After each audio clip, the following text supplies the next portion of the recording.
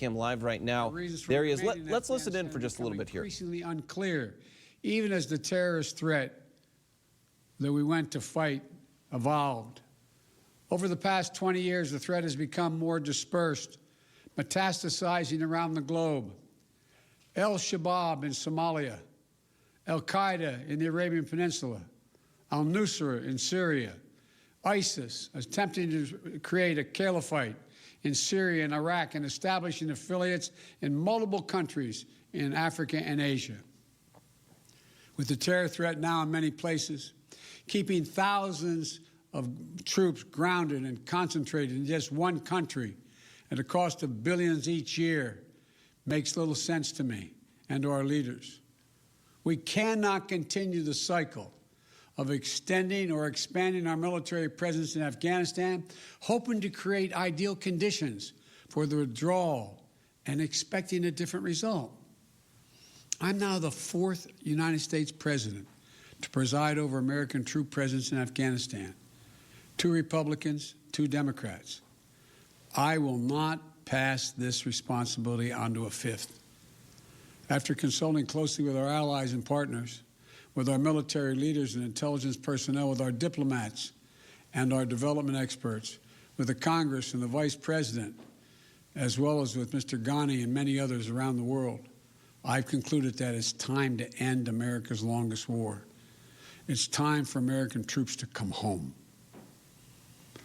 When I came to office, I inherited a diplomatic agreement duly negotiated between the government of the United States and the Taliban that all U.S. forces would be out of Afghanistan by May 1, 2021, just 3 months after my inauguration. That's what we inherited, that commitment. It's perhaps not what I would have negotiated myself, but it was an agreement made by the United States government, and that means something. So in keeping with that agreement and with our national interest, the United States will begin our final withdrawal, begin it on May 1 of this year. We'll not conduct a hasty rush to the exit. We'll do it responsibly, deliberately, and safely. And we will do it in full coordination with our allies and partners, who now have more forces in Afghanistan than we do. And the Taliban should know that if they attack us as we draw down, we will defend ourselves and our partners with all the tools at our disposal. Our allies and partners have stood beside us, shoulder to shoulder in Afghanistan for almost 20 years, and we're deeply grateful for the contributions they have made to our shared mission and for the sacrifices they've borne.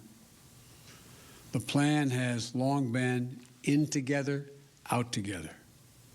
U.S. troops, as well as forces deployed by our NATO allies and operational partners, will be out of Afghanistan before we mark the 20th anniversary of that heinous attack on September 11th. But we'll not take our eye off the terrorist threat. We'll reorganize our counterterrorism capabilities and the substantial assets in the region to prevent reemergence of terrorists from the threat to our homeland from over the horizon. We'll hold the Taliban accountable for its commitment not to allow any terrorist to threaten the United States or its allies. We have been listening